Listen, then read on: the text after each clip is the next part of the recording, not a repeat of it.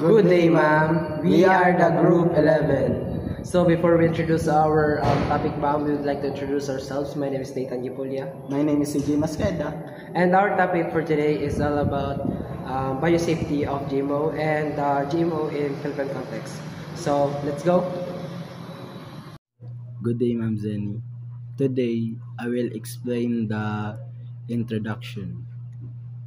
Genetic engineering is an important and growing area of science that tries to find new ways to protect human life and help people live longer. It, it works by changing the genes of living things so they can have new or better abilities. More than 40 years ago, scientists made the first genetically modified bacteria. After that, many more GMOs were created for different uses. Today, some GMOs are already approved by experts in the government. These are safe to use or eat, like certain crops and medicine, but many others GMOs are still being studied in laboratories. Scientists want to make sure they are safe before people use them. Genetic engineering continues to grow because it can help with problems in health, food, and the environment. And that's all the explanation. I will explain the advantages, disadvantages, and controversies of GMOs. I will explain each bullet of advantages. The first bullet of advantages is increased food production and improve crop yield. This means finding ways to grow more food on the same amount of land by using better farming methods, technology, or even special types of seeds. Farmers can harvest more crops. This is important because it helps feed more people and makes sure there is enough food available. The second bullet is the provide better nutrition such as added vitamins. This means making food healthier by adding important nutrients. For example, some crops can be changed to have more vitamins like vitamin E or iron. This helps people get the nutrition they need to stay healthy and prevents diseases. The third bullet is the resist pests and diseases, reducing the need for pesticides. This means making crops stronger so they can fight off bugs and sickness without needing as many chemicals. When crops are naturally resistant, farmers don't have to use such as pesticide, which is better for the environment and can save them money. It also means the food is safer to eat, and that's all the advantages. I will explain the disadvantages of GMOs. The first bullet is possible unknown long-term health effect. This means that we don't know if eating these foods for many years could cause health problems. Since they are relatively new, scientists are still studying to see if there are any bad effects over a long time. The second bullet is environment risks such as harming biodiversity. This means that these crops might hurt the environment. For example, they could They could reduce the variety of plants and animals in an area, which is called biodiversity. This can happen if the crops take over the natural plants or affect the animals that live there. The third the third bullet is GMO crops can mix with non-GMO crops, which cross contamination. This means that these special crops can mix with regular crops. For example, if the wind blows seeds from a special crop to a regular crop field, the two types of crop can mix together. This can be a problem for farmers who want to keep their crops pure and not mix with the special ones. And that's all the disadvantages.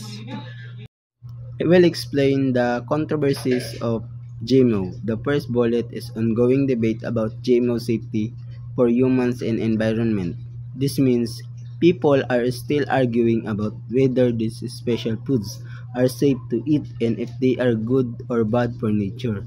Some people think they are safe, while others worry about possible problems. The second bullet is ethical concern about humans playing God by altering life forms. This means some people worry it's not right for humans to change living things. They feel like it's like playing God because we are changing the way plants to grow. And this raises question about whether we should be doing that.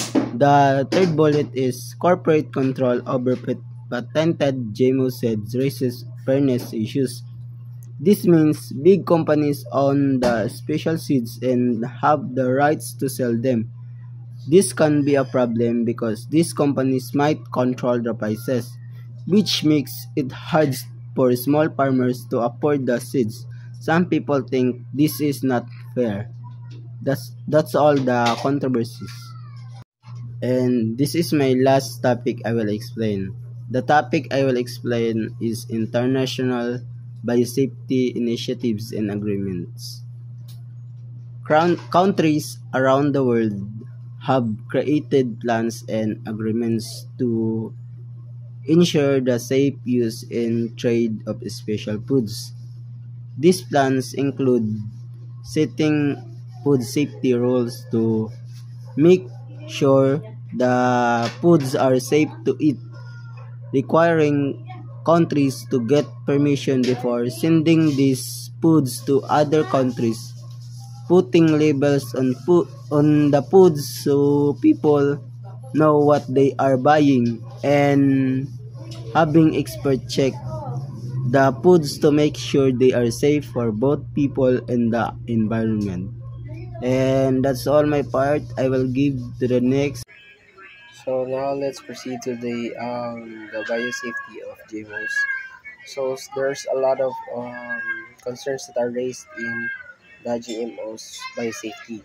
So first is the health issues or the health concerns. There's a lot of examples of it. We have first is the allergicity, the potential of causing allergic reactions in consumers of the GM foods. Those GM foods that are consumed by the people, they could cause allergic reactions to them. Second is the toxicity, um, the possibility of boosting the existing natural toxin of a plant that could make the GM plant, genetically modified plant, more toxic, or it could dangerous to consume that food or the plant. So next is the long-term effects of genetically modified um, organisms, or though the genetically modified foods. First, the possibility of side effects of the GM foods that could also cause a long-term effects on the consumers. And lastly, the carcinogenesis or the reproductive issues. Some studies primarily in the animals genetically modified um, animals could have tumors or cancers. It's lowering the chance of having a offspring. And now let's proceed to the environmental issues or the environmental concerns.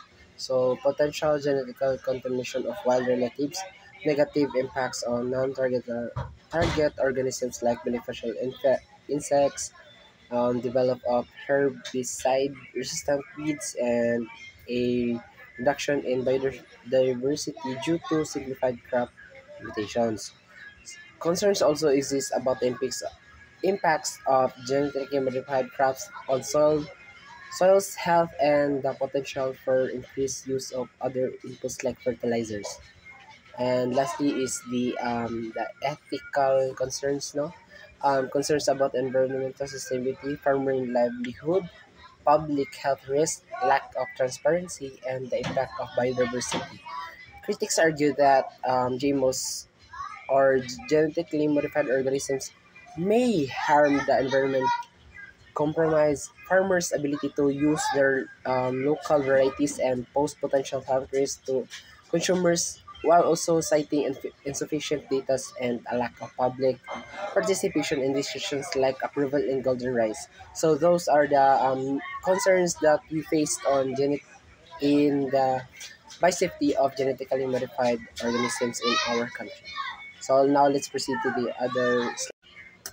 So now let's proceed to the GMO in Philippine context with the topic of legal and regulatory history. So the Philippines has a long story of GMO regulation, beginning in the 1990s with the creation of National Committee on Biosafety of the Philippines, or NCBP. The NCBP was created to develop a guideline of biosafety guidelines that should we or the scientists should follow, and it was followed by the country's first ever GMO, the BT corn in 2002. It was commercialized and established of administrative order and executive orders like EO 514 of 2006, which guided our GMO, the BT corn, and other experiments. Also, the subsequent update in 2016 that sought the streamline of approval process of Supreme Court ruling. So in 2002 again, the Philippines was the first ever country in Asia to approve the commercial cultivation of GMO, especially in the BT corn, just like what I said.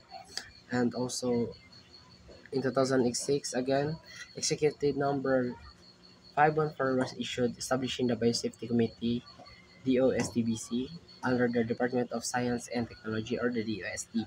So to regulate the contained GMO experiments. And now let's proceed to the next slide. So now let's proceed to the recent legal changes and the regulatory status of the Philippines. No? So the writ of Kalikasan has faced the challenge in April 2023. The Supreme Court issued that the writ of Kalikasan had to stop the commercial release of the golden rice and the BT eggplant. So the and petitioners said that writ of Kalikasan's or the GMO's personals did not comply with the law, and that were uncertainties about their potential of irreversible damage to our ecosystem. Also, these petitioners were commonly farmer led by Masipag Network, and the court ordered that um, the court the court order and required several government agencies, including the Department of Agriculture, the Department of Environmental and Natural Resources, and the Department of Health, to file a return with the court. And also the status or the update of our institutional biosafety committees, or the IBCs, the NCBP, or the National Committee of Biosafety of the Philippines, ensures that all the institutions involved with the GMOs have IBCs in place, that we or they can monitor, that also ensures the compliance of the safety measures of these GMOs, or the genetically modified foods. So now let's proceed to the last slide.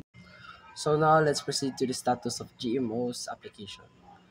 So starting from 2002 up to the present. So as of 2002, the Philippines have approved a total of 70 applications for genetically modified organisms, or GMOs, through the Department of Agriculture. 62 of these were authorized for use in food, feed, and processing, while 8 of these GMOs were approved specifically for propagation. By 2004, the Philippines had emerged a major player in biotechnology, cultivating over 50,000 hectares of GM crops annually. So that reflects that the significant adoption of integration of genetically modified crops into the Philippine agriculture.